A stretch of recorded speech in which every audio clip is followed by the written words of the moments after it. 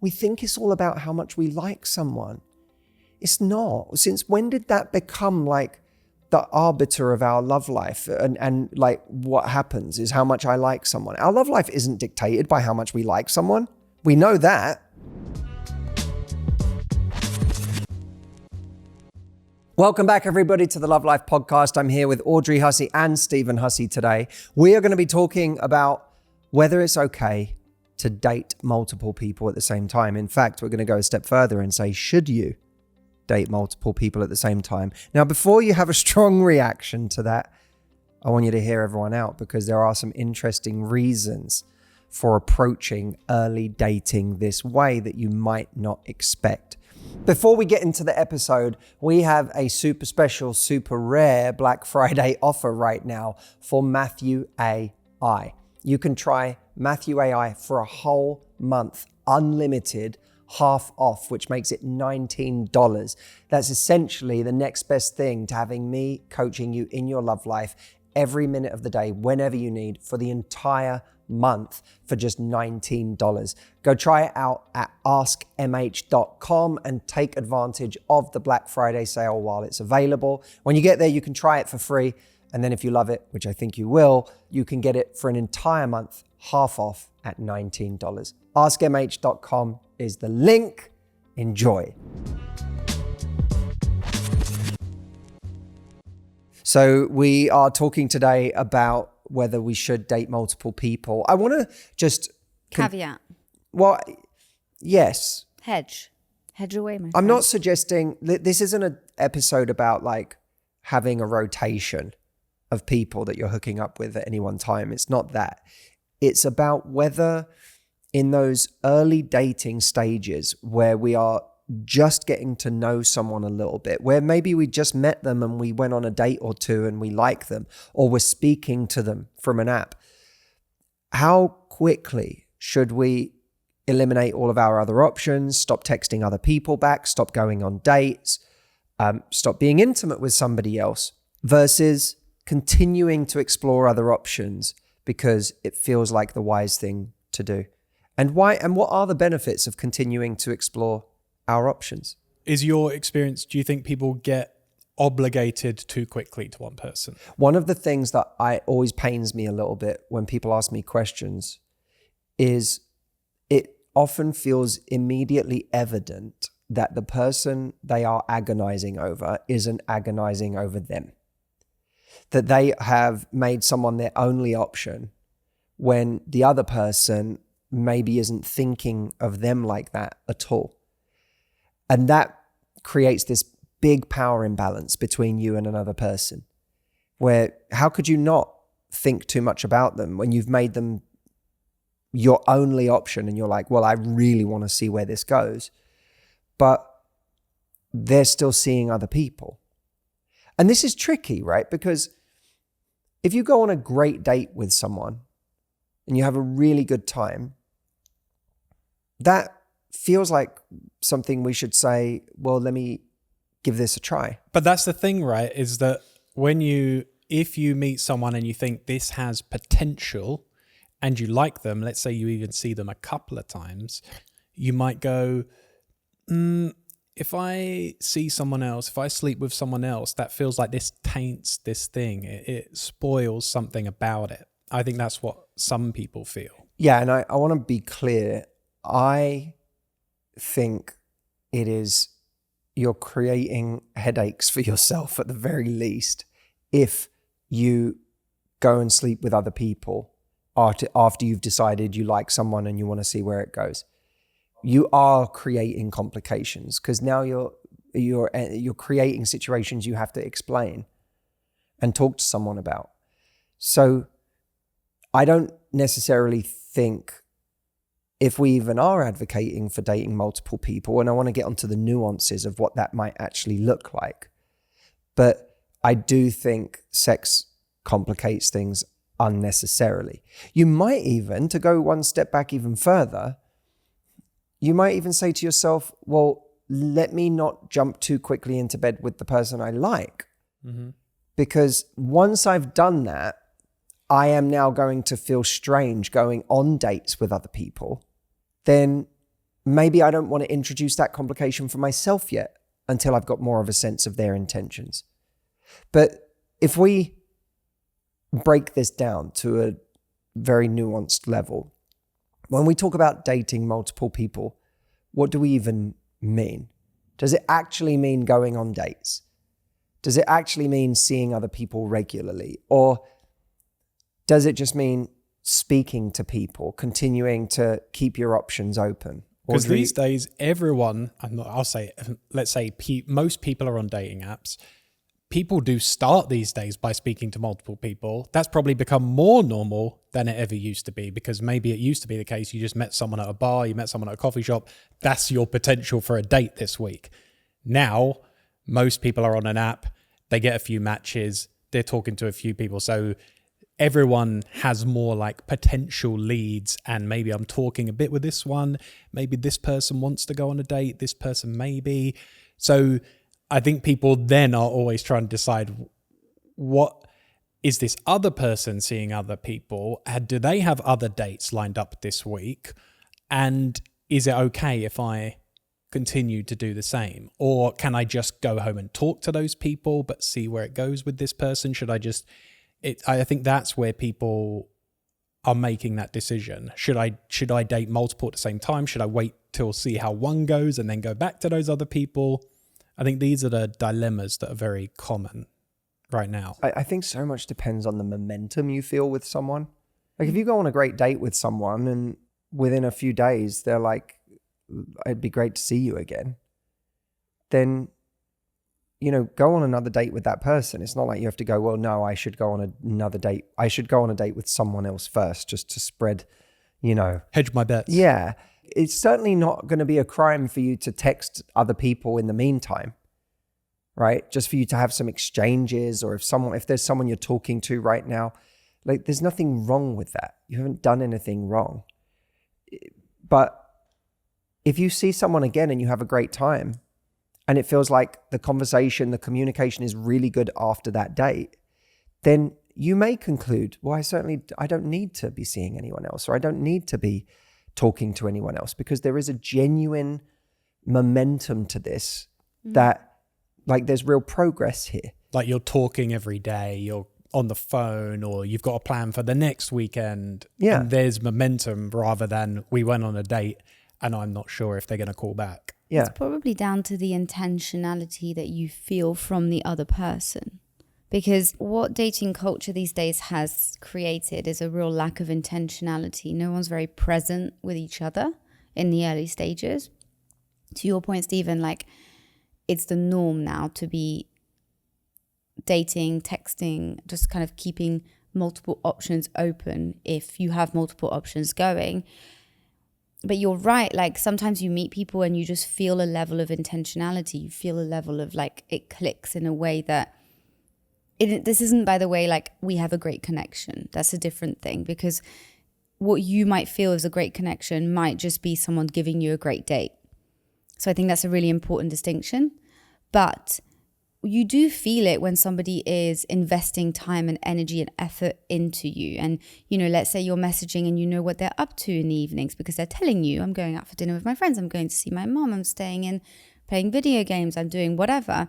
And, I can't wait to see you in 2 days. And then they text you and they call you. And you just kind of think like, okay, if you're dating other people, I don't really know where you're fitting all of that in there. Like you might be texting other people, but I get the sense that your attention is on me. Mm-hmm. I think if you get that feeling from someone and you feel the same way about them, then like totally focus on that person. But one of the things that is really interesting about this subject, in my opinion, is when we like someone, we almost use this kind of like this kind of devotion to them as an excuse to just almost give in to the fact that we're feeling pretty obsessed and keen on that person. Yeah, I don't date multiple people at once policy is almost like a righteous cover for our over-investing in someone at a stage where they haven't really earned that from us yet. I don't know, like it's case by case, but there's something, in my opinion, healthy about meeting the person where they're at. And one great date does not mean that you should be messaging all the other people you've been messaging going, I'm sorry, I've met someone and I like them and I'm going to see where it goes, because you don't even know if you're going to get a second date. Yeah. You don't know if you have no idea how this person feels about you, versus if you've been dating for a few weeks and you really feel like it's going somewhere, then I think, yeah, by all means, there is definitely something to be said about focusing on one person. And I think that does give you don't know what you have with someone unless you focus on them and you go all in on them.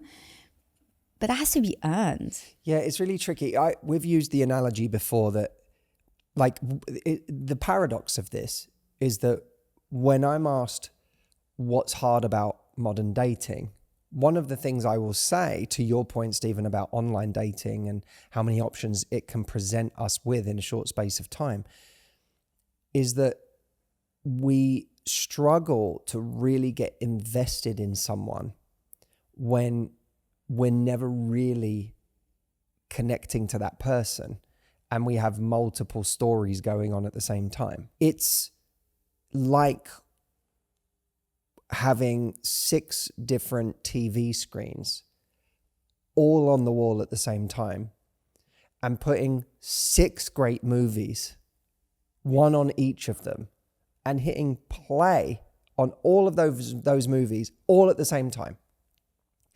They may be 6 great movies, but at the end of it, if you ask that person watching all 6 screens, what did you think? Did you get it? Did you feel did you feel impacted by that movie? They won't feel impacted by any of them, because you can't get connected to a single movie when you're watching 5 other movies at the same time. And there's some element of that going on in dating today, where a lot of people never really commit because they never get invested enough to see how amazing someone is, because they're spreading their energy around so much. Now, that sounds like a very confusing point to make in the context of what we're talking about. And I think it highlights the kind of the paradox between, this is seemingly impossible thing of how do I give enough and get curious enough and invest enough to get genuinely invested, while not getting too invested, while not giving someone too much power, and continuing to maybe talk to other people to explore other options so that I don't give that person too much power. It all can feel like, God, this is just impossible. Now, you're right to feel that confusion if you're watching this right now and you're hearing all of that. This is what makes it challenging. This is what makes dating so confusing. We didn't make dating this confusing. Dating is this confusing in a lot of situations. You have 2 different people at different stages, often different stages of readiness, who have different styles in the way they date. One person is very much like one person at a time. I give it a real go and I see what happens. Another person is like, I'm going to just play the field and meet lots of people until one person really stands out to me, and then I'll let go of everybody else. But I'm certainly not going to do that on date 1. And that's also, by the way, why a lot of people probably ghosting happens, and people wonder why. It's probably because that person just decided, I actually met someone I'm really into, and then they just stop talking to 3 other people, and then people go, what? We went on 2 dates, so what happened? It might be literally that, you know what I mean? They just went, oh, bam, actually, I really want to go for this person. And they didn't have the courtesy to say hey, I met someone, I'm so sorry. Yeah. Or, that's absolutely right. The truth is there's no one right answer to any of this.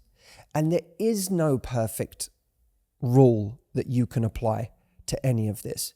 For example, and I know, Audrey, you mentioned this the other day, that it gets even more complicated when the person you just met and had a great time with is actually long distance. They were in your town for a couple of weeks and now they're back in their town somewhere far, far away. That's even more difficult because now you're going, am I really going to now stop seeing anyone else based on this encounter that I had, which I really enjoy, or which I had a great time in? I felt amazing connection. And am I going to put my life on hold right now?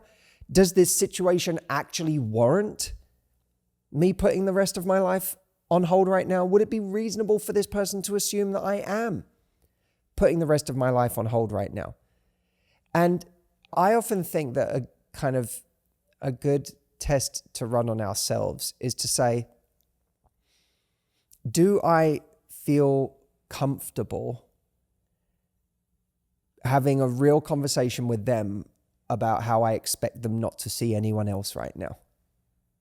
Do I feel comfortable having that conversation? And if the answer is no, because it feels really premature for that, then why is it I'm acting in that way?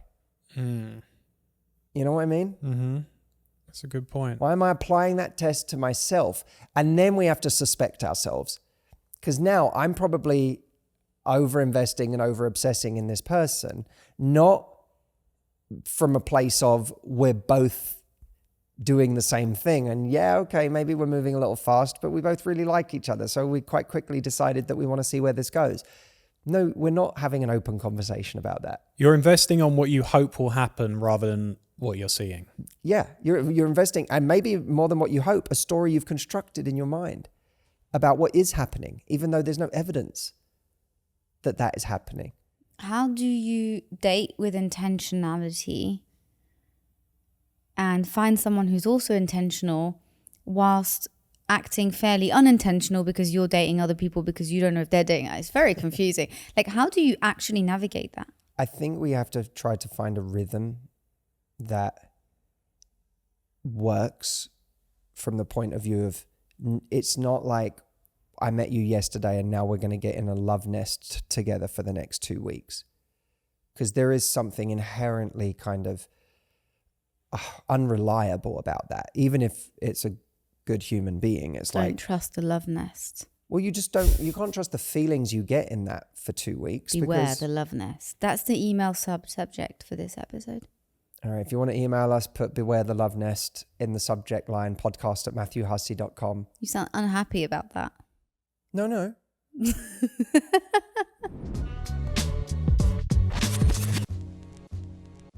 Calling everyone who wants to come and see me and Audrey live in New York this December.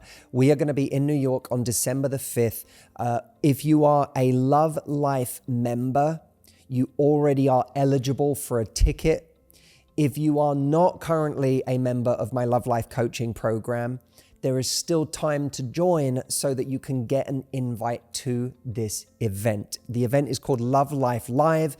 It is an exclusive in-person member event for all of my Love Life members. It's going to be super intimate because I'm not doing big tours right now. I'm just showing up to a few cities for my Love Life members. But I wanted to say to anyone who is either around New York, the East Coast, or frankly, anybody who wants a trip to New York for the holidays, because I mean, New York's one of the best places in the world for the holidays. If you want to turn it into a little adventure and make it a destination and come and spend a little bit of time with us, I am going to be in an intimate setting with my Love Life members. Tickets are on sale right now, but they're only available to people who are in my Love Life coaching program.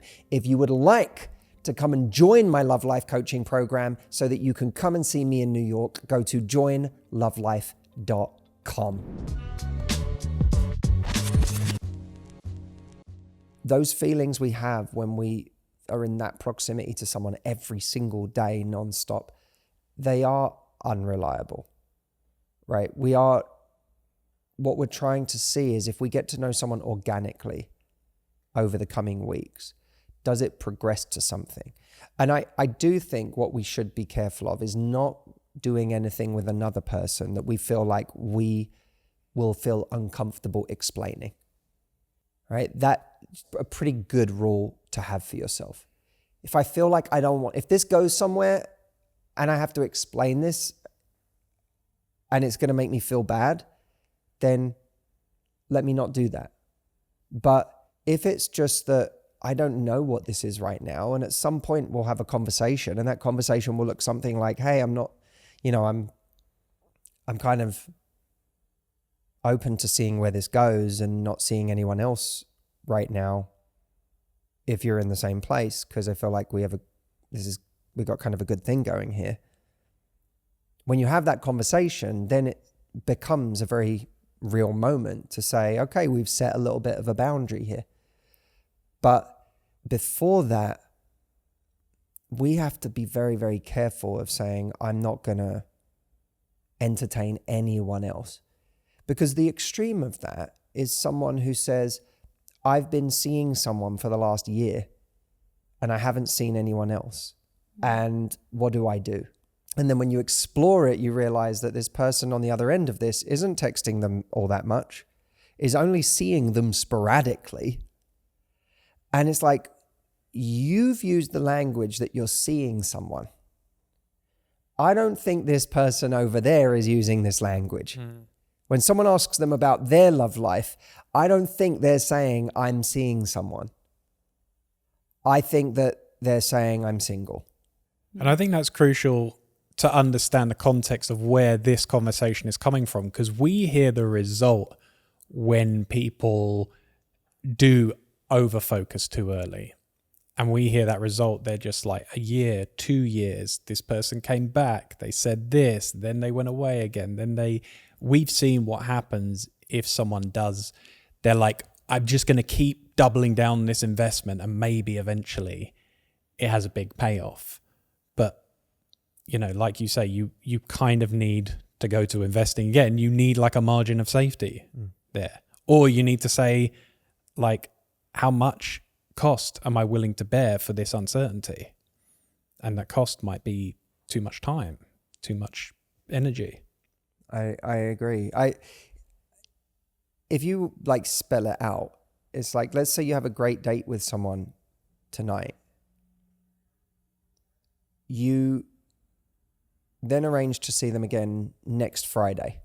If you suddenly decide, okay, I'm not going to see anyone else now, then you are in a situation where you've already decided I've kind of gone all in on this person and what this could be. And you're now wondering what it could be. And you're overthinking. And you're over planning. And you're talking to your friends about this person. And you're getting frustrated that they haven't texted you today. Or upset, or insecure, or anxious. And all of this is happening over someone you had a great date with on Friday. Like, all of that emotion is happening in week 1 of you having had a good time with someone. Yeah. And again, I'm not suggesting that you should go and, like, if you've been hooking up with someone and then all of a sudden you meet someone great tonight, I'm not suggesting 3 days from now go and hook up. But I am saying you maybe hit pause on something for a moment, but you don't have to stop texting everybody all of a sudden. You don't have to suddenly withdraw from your dating life because you had a good date with someone. And I think what happens a lot is people don't scope out the field enough. Not as in play the field, go sleep with a lot of people, but actually have experience of maybe going on dates with different kinds of people, meeting different kinds of people. And sometimes, this is why I always say, be very unselective about who you will meet or have a conversation with. Be very selective about who you will invest time and emotion in. And a lot of people, I think, do it the other way around sometimes. They might close themselves off, be really selective, like, I never meet anyone I'm attracted to, ever, it's so rare, blah, blah, blah. They meet the first person that's like exciting to them in however long, 6 months, a year, 2 years, and they're like all in, like this, like bam, this never happens. I never meet anyone I'm attracted to. You're just not being exposed to enough options. You're not being open enough about, you know, maybe you do go for a coffee with someone. Maybe you're not meeting enough people in your everyday life. Maybe you're not initially going on enough dates to meet different kinds of people. And then when you get excited about someone, this is the other dangerous thing. You have like one good date or 2 good dates with someone. In a way, even if it's not going anywhere, it satisfies a drug hit. The drug hit might even just be like, it's fun to go through the roller coaster of being into someone. Yeah, and there's a story going on in my love life now. I think about them. I listen to Spotify music that I wouldn't usually listen to because it's about love, and I'm kind of enjoying talking about them, and like the chess move of should I text them today? And in a way it gives you your drug of like, I've got a thing, a person to focus attention on. And I think that's what can be the dangerous part, is you actually kind of, you can have quite a toxic relationship with that sometimes, even if it's not going somewhere per se. It's kind of like, but I've got this thing and it's better than when I was just like, didn't have someone I was attracted to. I want to almost back out of this for a moment and bring in the romantic in me, who doesn't want any of this to be the case. Because at my core, I truly understand anyone who is like, I hate the idea of dating multiple people at the same time or talking to multiple people at the same time. It is not for me. I am a one person at a time kind of a person. And if I meet someone I like, I want to explore that love story. On a visceral level, I understand that and I feel connected to that and I like that reality. And if you went on a great date with someone tonight, like let's play this scenario again and go, okay, now you've gone on a great date with someone tonight. And at the end of the date, it's so clear you've both had an amazing time.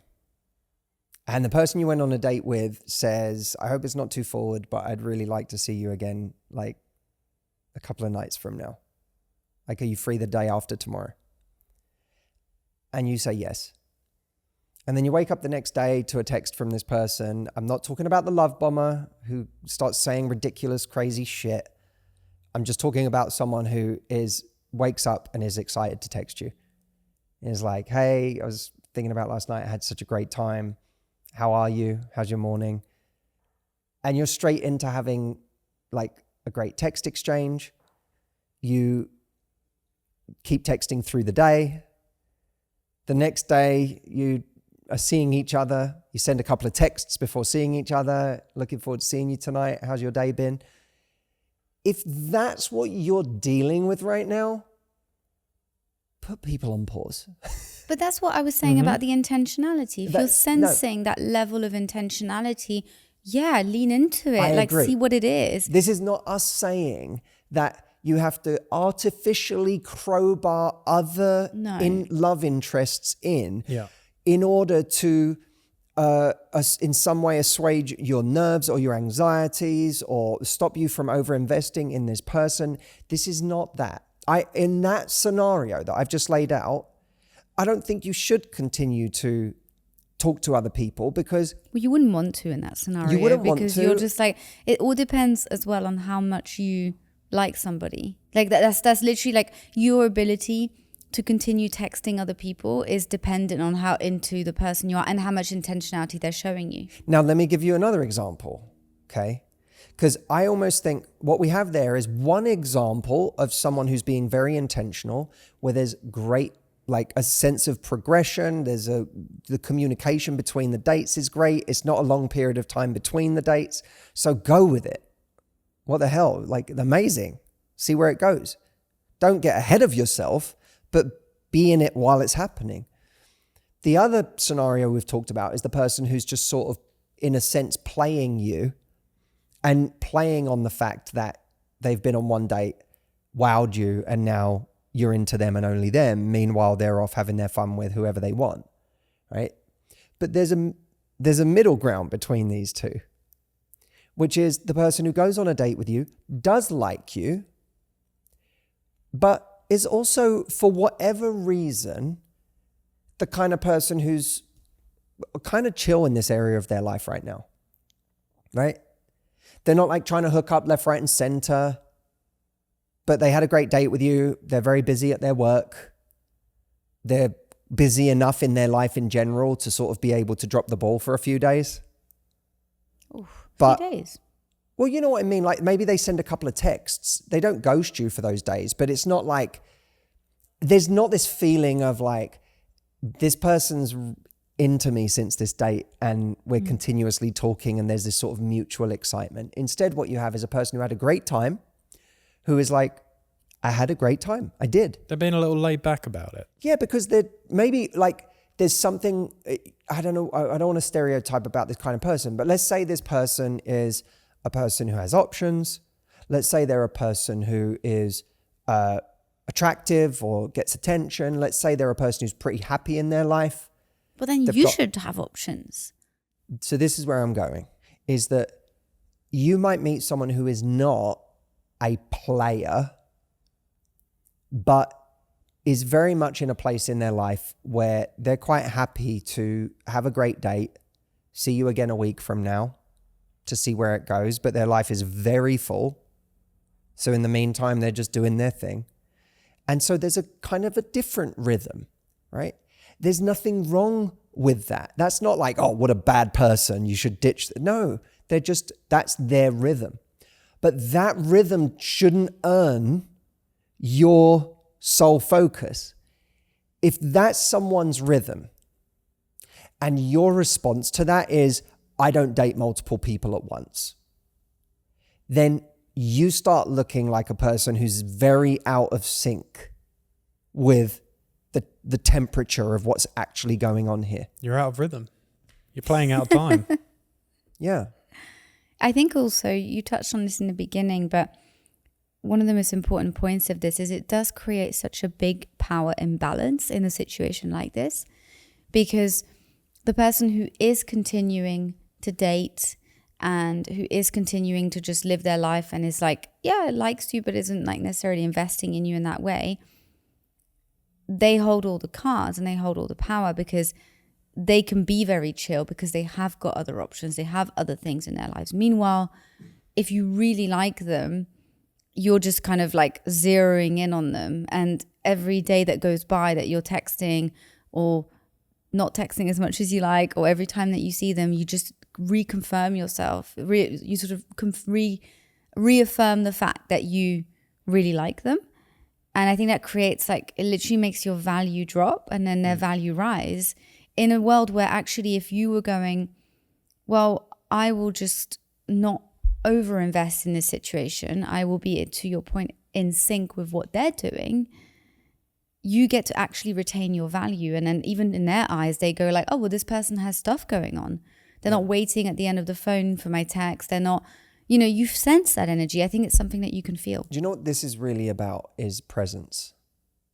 It's actually about being present with the situation you have. Mm-hmm. That's so true. If you're dating someone and their rhythm is like, at the moment, it's like they're up for seeing you maybe once a week. They'll send a few texts in between. There's nothing about them that says player type, bad guy, whatever. It's not like when they see you, it's all about, can I get you home to sleep with you? You are actually having great dates with this person. But that's the cadence. It's once a week. Well, be present with that. If you don't hear from someone for 2 or 3 days and put them in the bin. Someone else, figuratively. You're like, if someone doesn't text you for 2 or 3 days, just that's it. Well, hang on. When though? Like You after said the it, first not date? me. No. Well, yeah, kind of. I sort of think like it's a long time not to text. If you obviously means you don't care. But that's my point, is that I think we get too how easy to say, right? Because when you like someone, you like someone. But in some ways, we get too emotional about these things and not kind of objective. What do I mean by this? No, it's not that we get too emotional. We get too personal. It's like someone doesn't text us for 2 or 3 days and we start like questioning our existence. And we start going, how do I get more of them? Instead of just recalibrating and going, well, if you don't text me for 2 or 3 days, and in the meantime, someone else who's cute sends me a text, I'm responding to that text. I think if someone doesn't text you for 2 or 3 days, they probably don't like. For me, I would read that as they just don't like me that much. That's what I would or think. they like me, but they are not in any way being intentional. Someone can really like you and absolutely not be being intentional in their love life. Someone can really like you and be seeing 4 other people they really like. Like, it's not, at a certain point, it's not even about like the whole he's just not that into you thing. It's like, it assumes that every time someone is really into someone, they commit to them. That's not true. You can be really into lots of different people at the same time. And that's what you're doing with your life, is you're just getting really into lots of people. And there's all kinds of reasons people don't commit. Yeah.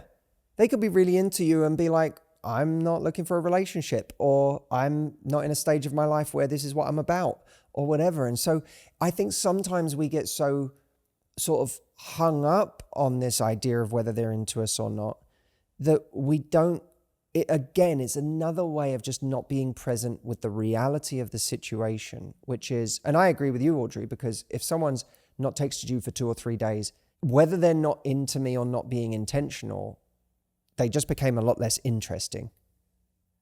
Like that person should now be a lot less interesting.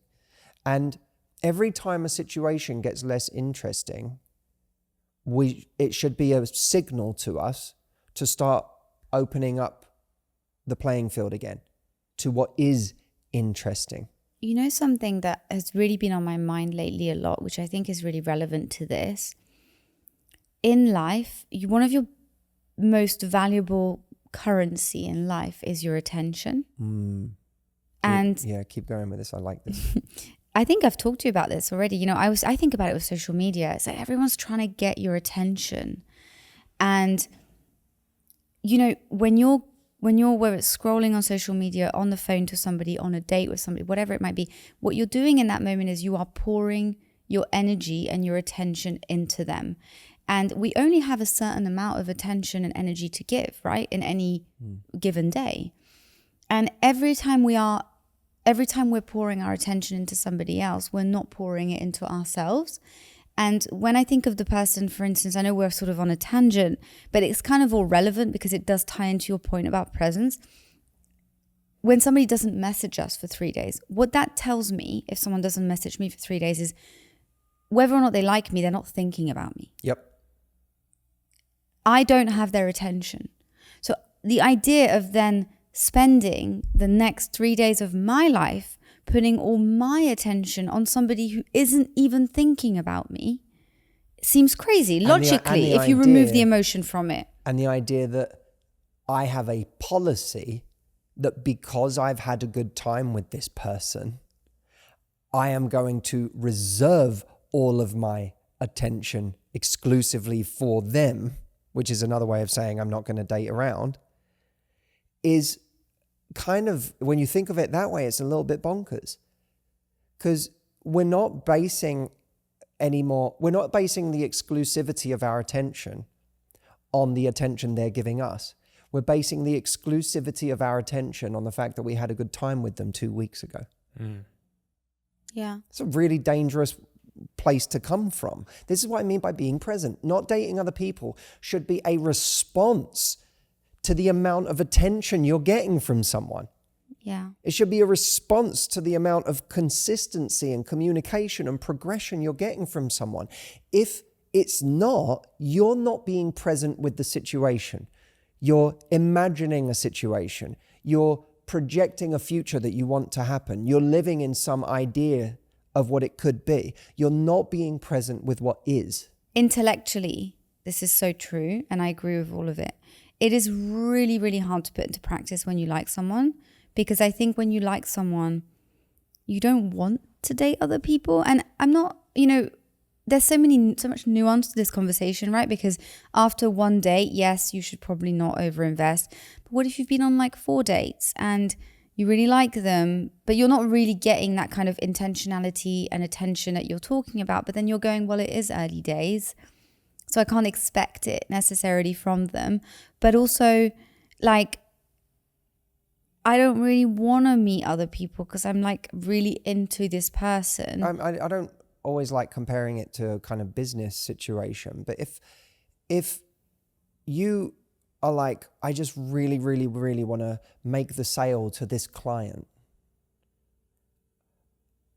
and you sit by the phone because you had one good call with them or 4 good calls with them. You sit by the phone hoping that they're going to call you back, and you're like, I don't want to call any other potential prospects. I don't want to. I want it to be this person. Well, your business might go under while you wait. You're not respecting the fact that your business can't rely on this client. It's something you can't do in your love life. It's not, we think it's all about how much we like someone. It's not. Since when did that become like the arbiter of our love life? And like what happens is how much I like someone. Our love life isn't dictated by how much we like someone.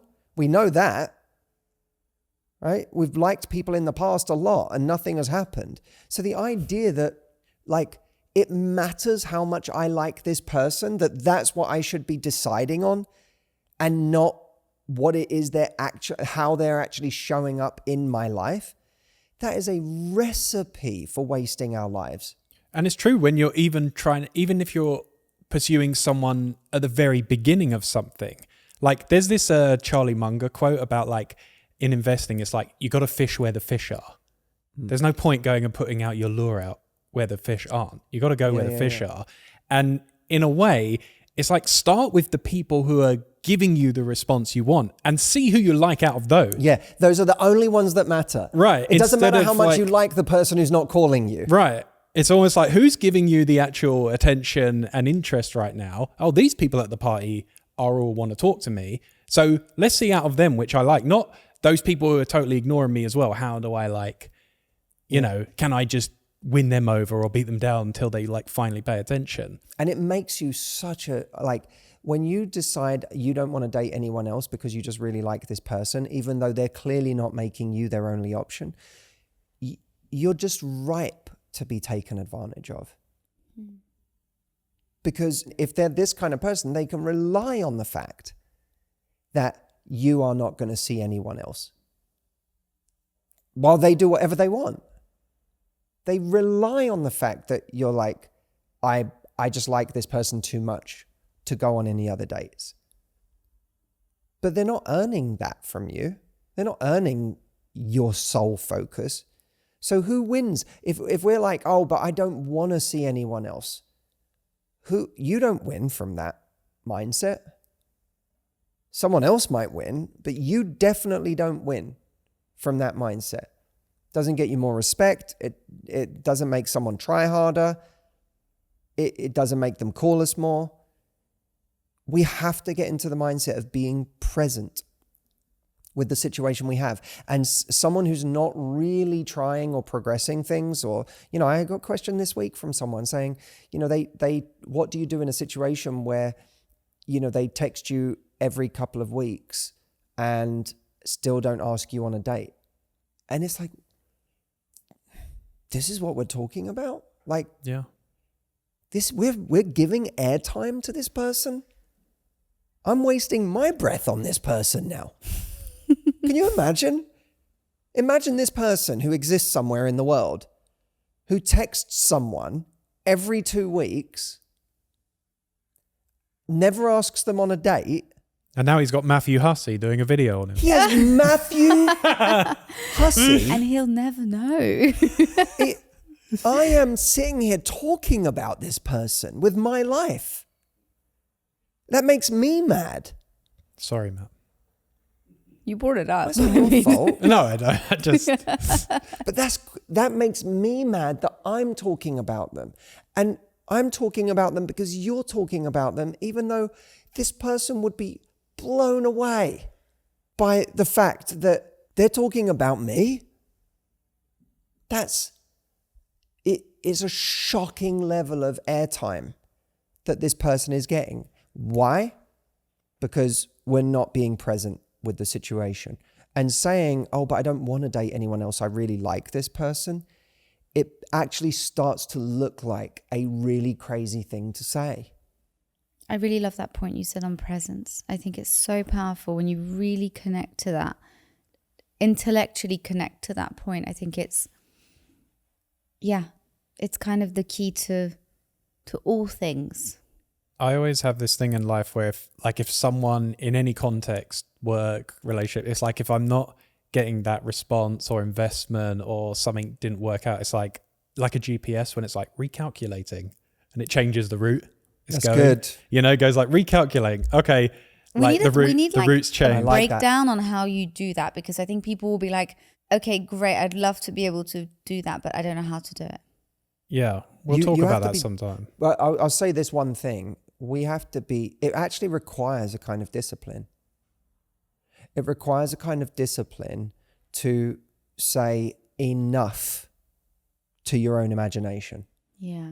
To say, I'm not going to let you run rampant right now and go down this path, imagining what this could be and how amazing this person is and, how great we'd be together. And I'm not going to let you go down that path because that path doesn't exist.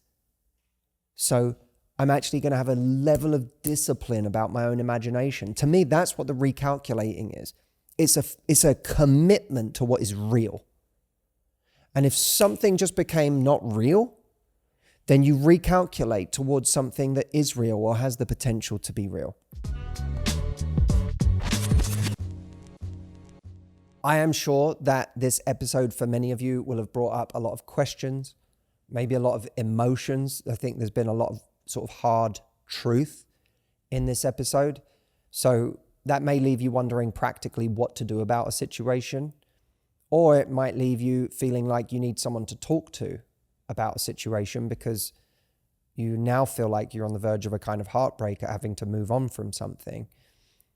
I want to encourage you to go and try out Matthew AI as a coach, whether it's to give you practical advice about what to say or do, or to ask about a situation and what it could mean, or whether it's for emotional support on something that this episode has brought up for you. Like I said, Matthew AI right now is part of our Black Friday offer. You can go and try it for free at askmh.com, askmh.com. And you can even go one step further than that once you're there and buy unlimited access to Matthew AI for the entire month for half price right now, which makes it $19, and you can use it as much as you want. Someone recently had a 6-hour conversation with Matthew AI on a call, literally called Matthew AI and had a 6-hour conversation. And the more you talk to it, the more nuanced the answers get because it takes account of your specific situation. So check it out, askmh.com, take advantage of the Black Friday offer. And thank you, as always, for being here.